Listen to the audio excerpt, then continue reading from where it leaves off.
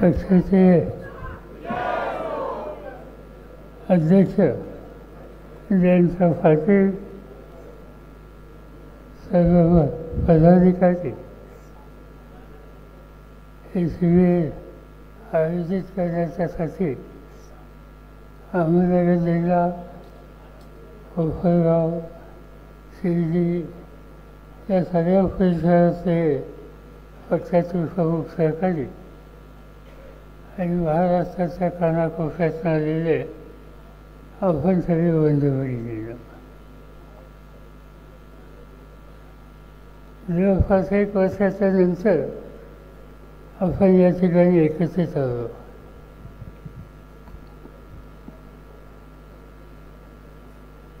गेले काही दिवस महाराष्ट्रातला सच्चा राष्ट्रवादीचा कार्यकर्ता अस्वस्थ होता,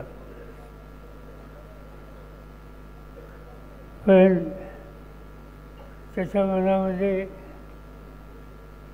पुन्हा एकदा मजबूतीनं पक्ष उभा करावा याबद्दलची भावना होती आणि ती मूर्त सर्व राहण्याच्यासाठी प्रांताध्यक्षांनी ठरवलं की 1-2 दिवसाच्यासाठी सगळ्यांना घेऊन बसायचं,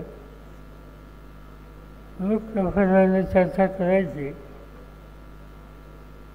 आणि पुढची दिशा ठरवायची. मला आनंद आहे की कालपासून आपण सगळे या ठिकाणी एकत्रित आहोत आणि अनेकांचे विचार या ठिकाणी आपण ऐकले, अनेकांची भाषण ऐकली आणि तुम्ही माझ्याशी सहमत आहात. प्रत्येकाचं भाषण अतिशय उत्तम भाषण होतं. तो लहान कार्यकर्ता असो, विचारवंत असो, काही नियंत्रित असो, त्या भाषणातून एक दिशा ही आपल्याला मिळायचं काम त्यांनी केलं आणि म्हणून या सगळ्यांना मी धन्यवाद देतो. आज अस्वस्थता आहे आणि त्याचं कारण संबंध देशाचं चित्र वेगळं आहे. काही वक्त्यांनी त्याचा उल्लेख केला.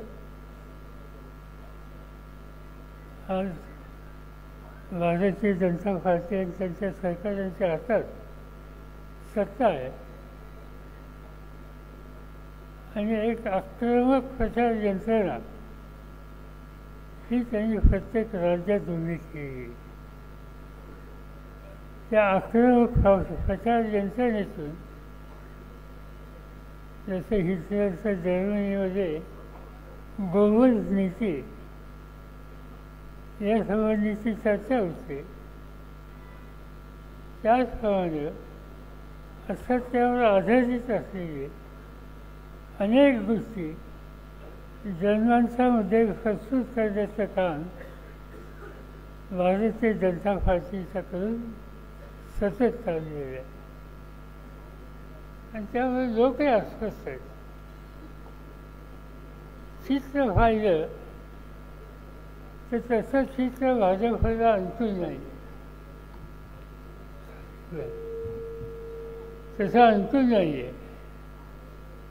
ज्याचा उल्लेख मगाशी सुप्रियाच्या आणखी सहकार्यांच्या भाषणामध्ये आलं की सातत्याने सांगितलं जातं 415 लोकसभेच्या जागा दिल्या. काय स्थिती आहे? केरळमध्ये आज कम्युनिस्ट आणि काँग्रेस यांचं राज्य, भाजप नाही. तामिळनाडूमध्ये भाजप नाही, आंध्रमध्ये भाजप नाही, शेजारच्या हैदराबाद राज्यामध्ये